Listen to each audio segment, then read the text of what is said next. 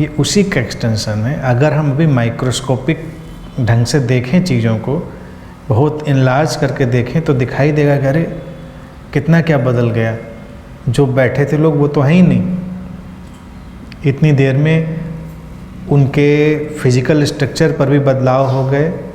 और physical structure के अलावा मैं कहूँगा कि उनके मेंटल, इमोशनल सारे स्ट्रक्चर पर बदलाव हो गए।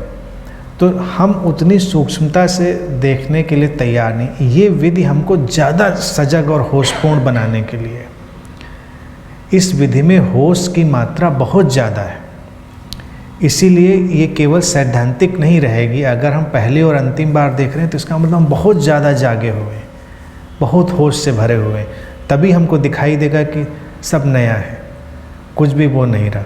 हर बार आप नया जन्म ले रहे हैं, हर बार आपका नया जन्म हो रहा है।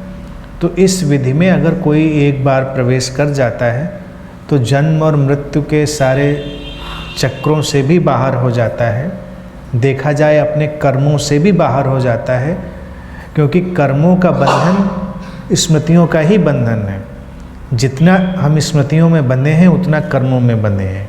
अगर हम स्मृतियों से हटे तो कर्मों से भी हट गए, उससे भी मुक्ति है। और मृत्यु का भय तो चला ही गया बिल्कुल, क्योंकि सब बिल्कुल बदलाव में है, नए ढंग में है। अनुभव करने की कोशिश करें तो आपको पता भी चलने लगेगा। रोज़ अपने घर की दीवार को एक बार छू कर देखें, समझ में ना आए लेकिन तब भी देखें क्या ये वही दीवार है जिसको मैंने अभी इससे पहले छुआ था। अपने प्रियजन का हाथ छुएं, देखें, बस केवल एक अपने से प्रश्न करें अनुभव करने का, क्या ये वही हाथ है। आप तो कुछ भी छूते हैं तो भी ऐसे ही छूते हैं जैसे ये तो वही चीज़ है। अपना मोबाइल भी उठाते हैं तो पता है आपको वही है, जबकि मोबाइल में भी टेक्निकली आप देखिए सारे बदलाव हो गए हैं। उसकी बैटरी चली गई है, कम ज़्यादा हो गई है, उसके इलेक्ट्रोमैग्नेटिक फील्ड्स बदल गए हैं, उसकी डिटेरियोरेशन भी शुरू हो चुका है, सब कुछ उसका बदल रहा है, क्योंकि सारे पार्ट्स डिटेरियोरेट हो रहे हैं धीरे धीरे।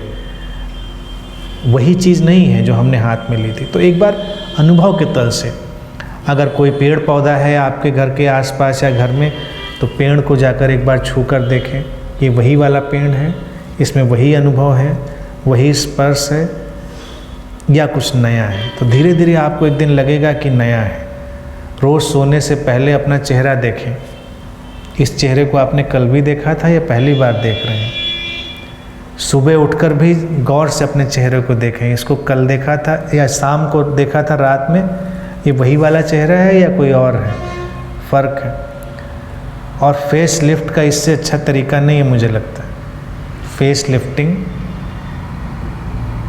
रिंकल रिमूविंग का इससे अच्छा तरीका नहीं कि ये चेहरा वही वाला है जो रात में सोने से पहले देखा था या नहीं है, नया हो जाएगा, तरोताज़ा हो जाएगा। क्योंकि हम अपने चेहरे को भी नहीं देखते गौर से, तो यही है पुराना, क्या देखना। तो इसलिए कोई नहीं, महसूस करेंगे तो अचानक एक दिन क्लिक से आपको दिखाई देगा कुछ ऐसी चीज़ जो आपको पहले नहीं दिखी थी। आदत को हटाना है केवल, वो आदत हटेगी तो अचानक आपको कोई नई चीज़ दिखाई दे जाएगी, और वही आपकी इटर्नल कॉन्शियसनेस की ग्लिम्प्स होगी।